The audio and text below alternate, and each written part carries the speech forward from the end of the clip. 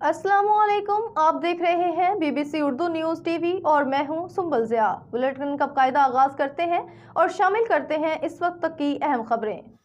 Campbell Shahdad कोट bureau BBC news Mohammad बख्श खास खैरी। Wagon में आवारा कुत्तों ने शहरियों का घर से निकालना मुश्किल बना दिया। शहरियों का एहतजाज, कुत्ता मार मुहिम का मुतालबा कर दिया है। वगन में आवारा कुत्तों ने शहरियों, दुकानदारों, व्यापारियों, स्कूली बच्चों का गलियों से गुजरना मुहाल कर दिया है, जबकि शहरियों बासित अली सुमरो, जब्बार वकू, सिकंदर अली सोलंकी और दीगर का कहना था कि अफसोस, शहर में हर गली मोहल्ले में आवारा कुत्ते मौजूद हैं। गलियों से गुजरना मुश्किल हो चुका है।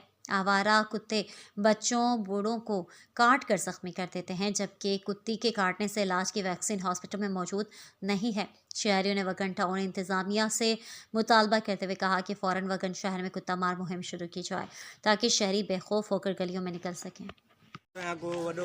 दुकान नथो निकिरी सघे।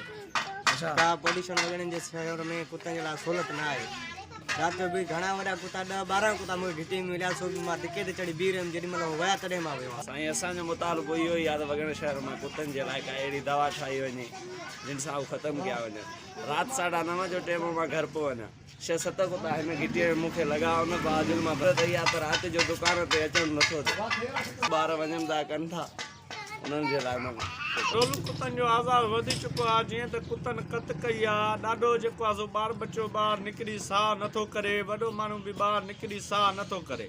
राति जो तक़रीबन 8 बजे धारा हिते 10 को कुत्ता हुया, जिन खे असां लठियूं हणी भॼायो अथसीं। के शिता बि थियनि था, डुकाइनि बि था। हाणे इंतिज़ामिया खे असांजो अर्ज़ु आहे त इन्हनि खे फौरी तौर ते ख़तमु कयो वञे। अस्पताल में ॿियो त वैक्सीन बि कोन थियूं मिलनि। हाणे ग़रीब आवाम वञे त वञे काॾे। मज़ीद खबरों, अपडेट्स और अच्छे प्रोग्राम्स के लिए देखते रहें बीबीसी उर्दू न्यूज़ टीवी। अल्लाह निगहबान।